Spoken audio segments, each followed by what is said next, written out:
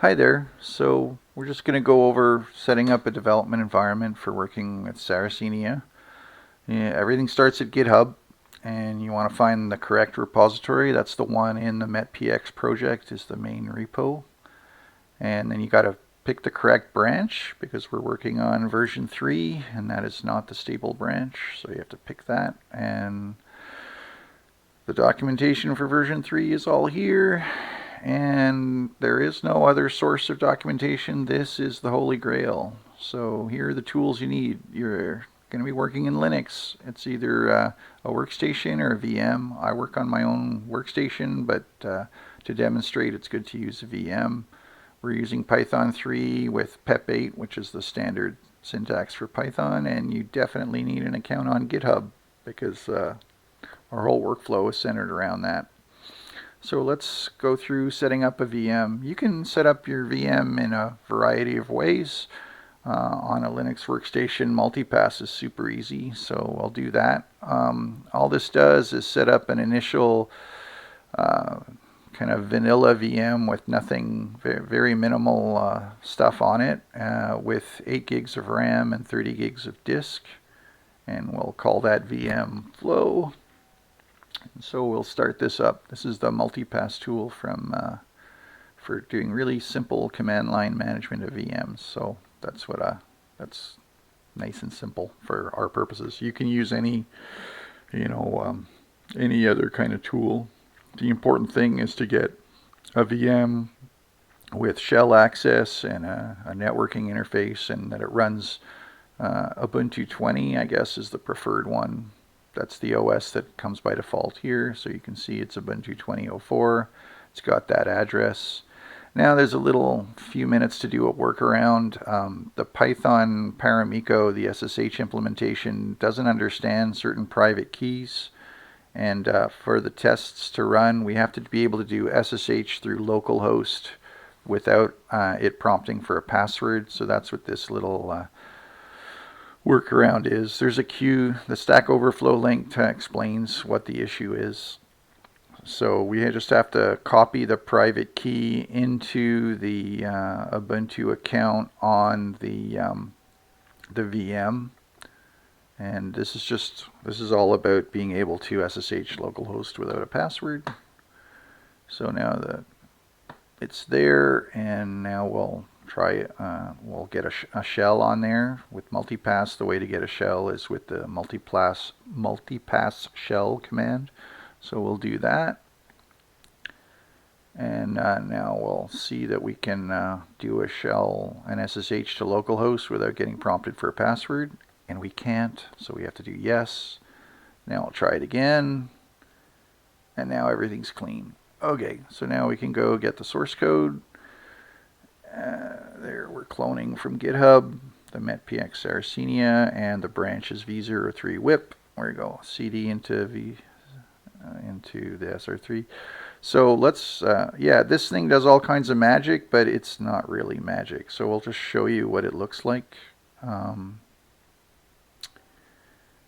Yeah, there we go. So we install a bunch of prerequisites. Then we set up config files for both Sarra v2, which would be tilde config Sarra, and v3 tilde config sr3.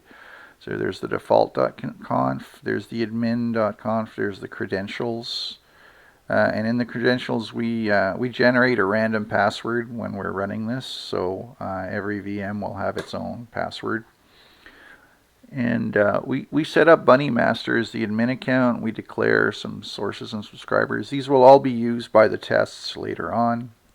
We're installing RabbitMQ, setting its permissions appropriately, and then at the end it'll run SR audit, which will use SR to configure RabbitMQ to have the right users on it. So now we're running the script, and so it's getting, so the VM that was initially installed is very minimal, so it's missing all kinds of things. So by installing the our own packages from a repo, it pulls in all kinds of dependencies that we need. There are dependencies for the RabbitMQ broker. There's dependencies for the Python libraries that we use. There's an FTP library, all kinds of fun stuff.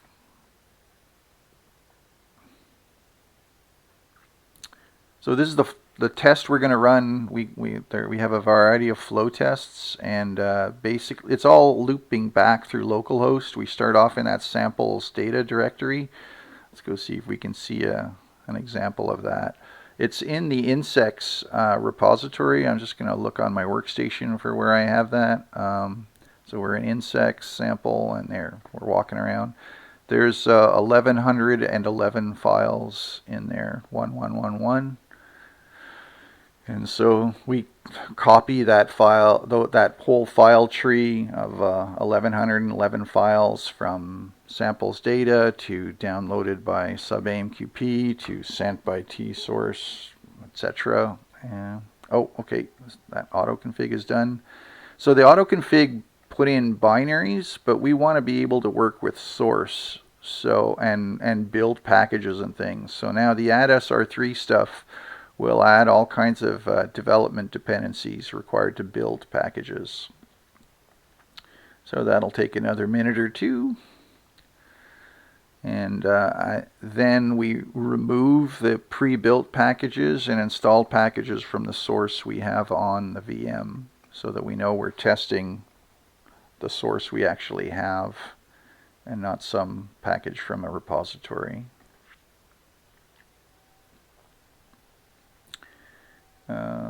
Still doing dependencies.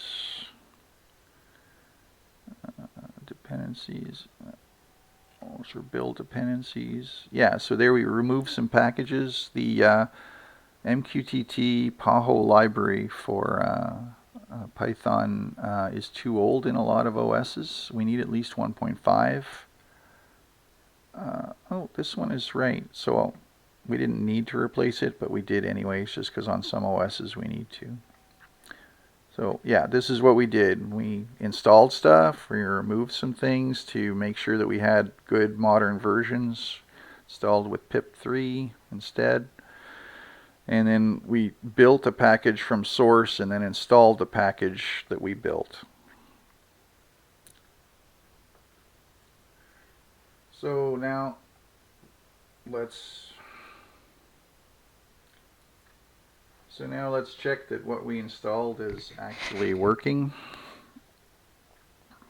Okay, SR3 status, there's no configurations installed, so that empty list is correct.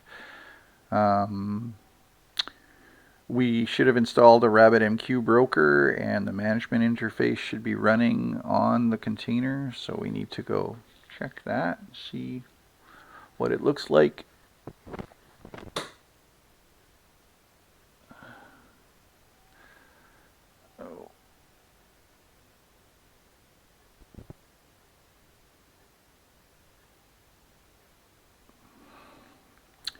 So we put the credentials in /sr3 config, or there we go, that's the file name.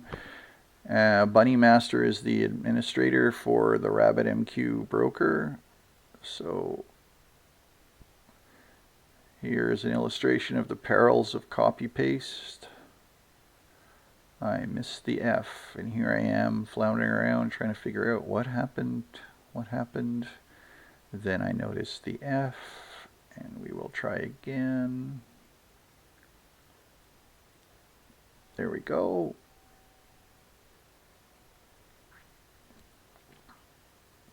And we have the interface.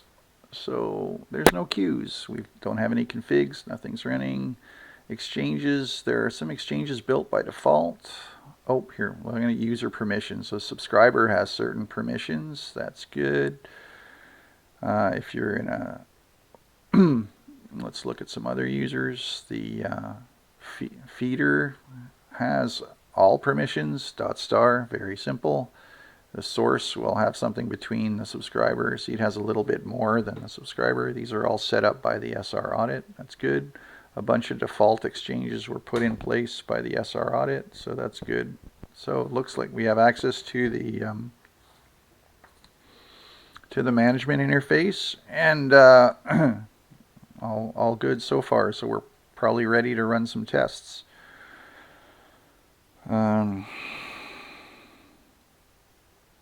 Static flow is kind of the first test that we want to run. That's how you start it up. It'll start a bunch of servers. It'll start an FTP server. It'll use OpenSSH. It'll start up 2 web servers, and so the various copies that will happen will be through web and FTP servers. So you can see all the configs are started, and now they've created queues for themselves. Every file being transferred is going to have a message. So you can see like there's 722 messages waiting to download from Sarah. We saw it. So these are the flow tests. The gray is the component. The arrows is the flow of messages being posted. The triangles are the exchanges. The circles are the actual configuration names. So you can see Sarah download F20. You see the F2 is on the right side. The F30 layer is actually removed. This diagram is not quite accurate. There is no F3 anymore. I should probably remove that. Watch F40. So in the 4th row, you can see there's only a watch there. So it watches the download directory, generates new posts. The sender is subscribed to the exchange that the watch is posting to, and then it's sending to this other directory over localhost. So SFTP via localhost. That's what's going on. So all the tests run the same way. You do test setup to start it, flow setup to start it, flow limit to stop it, or to watch it until it ends, and then flow check to see how it went.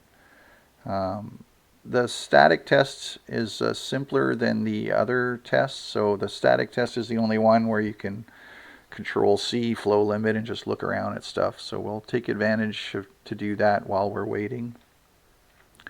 In the meantime, you're seeing the data is flowing from directory to directory to directory, and we're getting copies, and we're just trying to make sure that and it's being copied with different variations so that we can see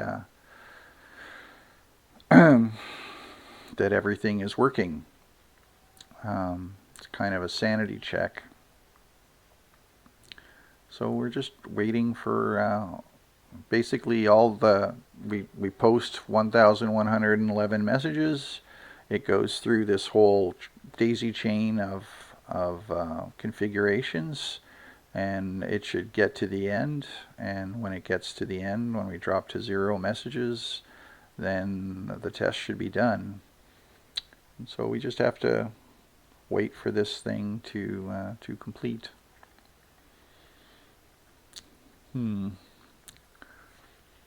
How to entertain ourselves.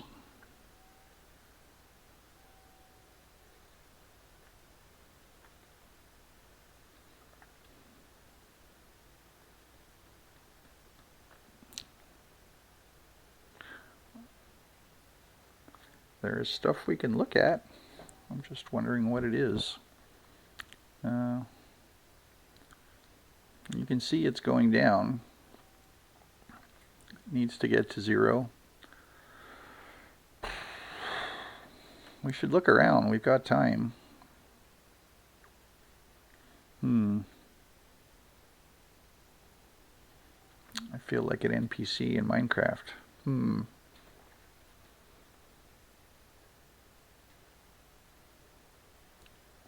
411.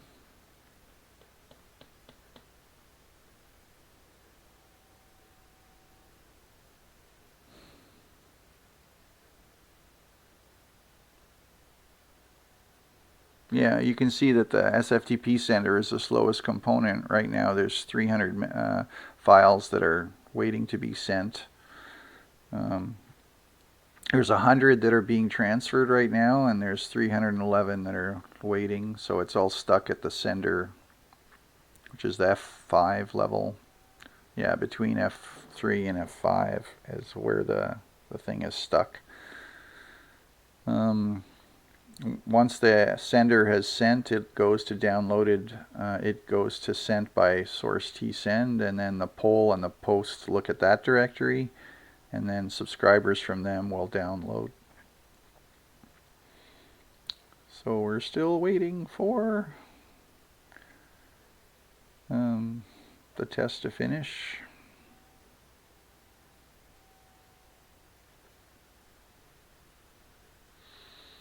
There we go. Oh, no, I just stopped it. Yeah, just get an idea of the load on the VM. You can see the load average is 5.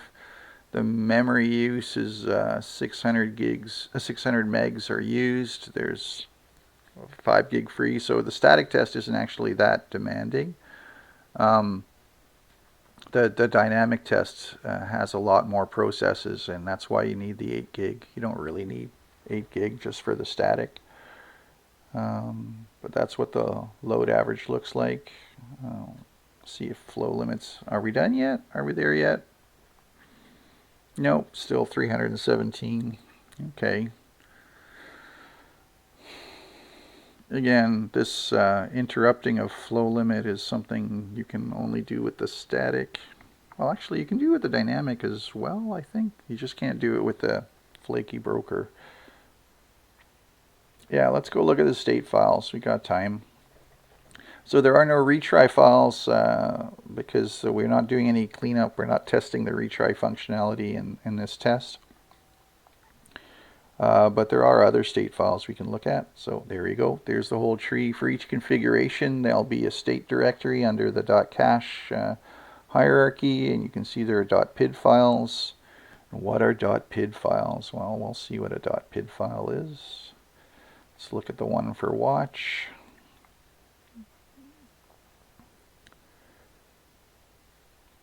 Oh, look, it's a PID.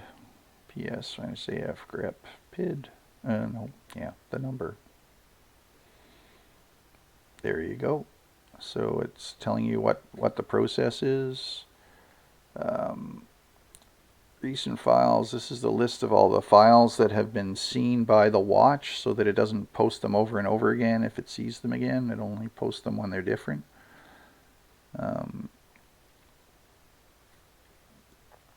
Oh, we're done. Yay! So let's check the result. And it's clean. We have 30 of 30 tests passed. You can see the first 8 tests are comparing the trees. And then we have all kinds of looking at the logs, and it's working. So you have a working test environment at this point. Thanks for listening and watching.